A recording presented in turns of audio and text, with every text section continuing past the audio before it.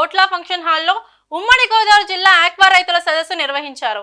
దీనికి ముఖ్య అతిథులుగా డిప్యూటీ స్పీకర్ కనుమూరి రఘురామ కృష్ణరాజు, జిల్లా collector Chadaravaram Nagarani, Bhimavaram MLA Pulaparthi Ramanjaneyulu, AIICA chairman Manthena Rambabu, Mastan Rao పాల్గొన్నారు.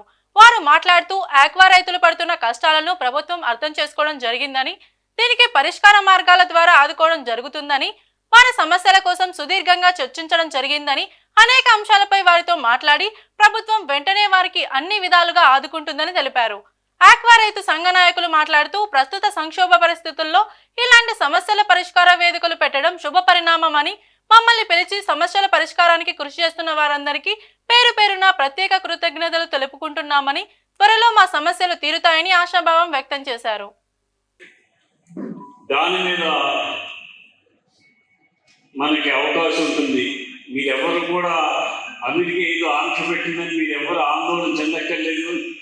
ఇందాక రఘురామ కృష్ణరాజు గారు చెప్పారు, మనిషి సంవత్సరానికి 3 కేజీలు మీరు పండించే పంట సరిపోదు. ఫుడ్ ప్రాసెస్కి ఆహారానికి ఎప్పుడూ డిమాండ్ ఉంటుంది. డిమాండ్ లేకపోవడం అనే సమస్య లేదు. దాని గురించి మీరు ఎవరు కూడా ఆందోళన చెందక్కర్లా. ఫుడ్ అనేది నిత్యం మనకు కావాల్సింది. ప్రతి మనిషి పొద్దున్న లేచిన కానించి సాయంత్రం పడుకునే వరకు ఏదో ఆహారం తినవలసిందే. అందులో ఈ విటమిన్స్ ఆహారం తినడం వల్ల ఆరోగ్యం మరింత బాగుంటుంది. మీరందరూ కూడా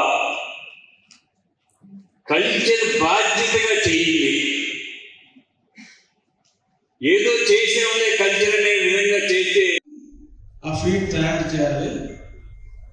ఈయన అంటే అందరికి మనకు కుదరదు. అక్కడ ఫీడ్ కూడా ఆయనే ఇంగ్రీడియంట్స్ తెచ్చి తయారు చేసుకుని వాడుకోవడం జరుగుతుంది. ఈ ఫీడ్ అనే విషయంలో మనం చాలా జాగ్రత్తలు తీసుకోవాల్సిన అవసరం ఉంది అని చెప్పి, ఒక సీడే కాదు ఫీడ్ కూడా మనం పరీక్షించి వాడాలి అని చెప్తారు. So what I said is feed is also equally important like seed. Yes, you are producing your own feed. But how do you advise these people, small farms that can't do that? No, you cannot do that. And I don't want you to produce 12 kilo. You need to produce only 2 kilo and you make very good money. But today you do only 500 gram, 700 gram. You do stock in 20 piece. And then you blame water, air, energy, everything. You need to first look how you can increase your productivity without doing all those things. Because you will go down, you have fixed cost and variable cost. Your fixed cost, you produce 100 ton or 1 ton is the same. That's you lose money. You need to get the break-even point. My land, my manpower, my energy, how much I have to produce not to lose money. And that is not 700 gram. Then anything about that goes to your budget. 12 కిలోలు మనం చేయవలసిన అవసరం లేదు. కానీ ఇప్పుడు మనం ఒక square మీటర్కి 500 గ్రాములు, మ్యాక్సిమం కొంతమంది 700 గ్రాముల వరకు చేస్తున్నారు. కనీసం 2 కిలోలు అయినా సరే ఒక స్క్వేర్ మీటర్కి మనం రావాలి. ఎందుకంటే మనకి ఫిక్స్డ్ కాస్ట్ ఉంటుంది. సో పొలం లీజు తీసుకున్నారనుకోండి 70,000, 80,000, మీరు ఎంత పండించినా ఆ లీజు 70,000, 80,000. ఈ ఫిక్స్డ్ కాస్ట్ కాకుండా వేరియబుల్ కాస్ట్ అంటే మనం ఏసీ సీడ్ని బట్టి నెంబర్ బట్టి మనం ఫీడ్ పెంచుకోవాలి. ఆ variable cost. So fixed cost మాకు చాలా ఉత్సాహంగా ఉంది సార్ అలా చేయాలంటే. ఎందుకంటే ఇంకా పెంచవచ్చు, ఇంకా సాధించవచ్చు. కానీ మొట్టమొదట వాటిని మేము ఒప్పిడి చేసే టైంకి దాంట్లో సిచ్యువేషన్, దాంతోపాటు డొమెస్టిక్ మార్కెట్లోకి పెంచి అలాగే ఈ 3తో ప్రొడక్షన్ కూడా పెంచితే అందరికీ కూడా ఇబ్బంది లేకుండా ఉంటుందని తెలియజేస్తూ, అలాగే ఫీడ్ ధరల మీద కొంచెం చిన్న రిప్రజెంటేషన్ ఫీడ్ ధరల గురించి పెట్టాను.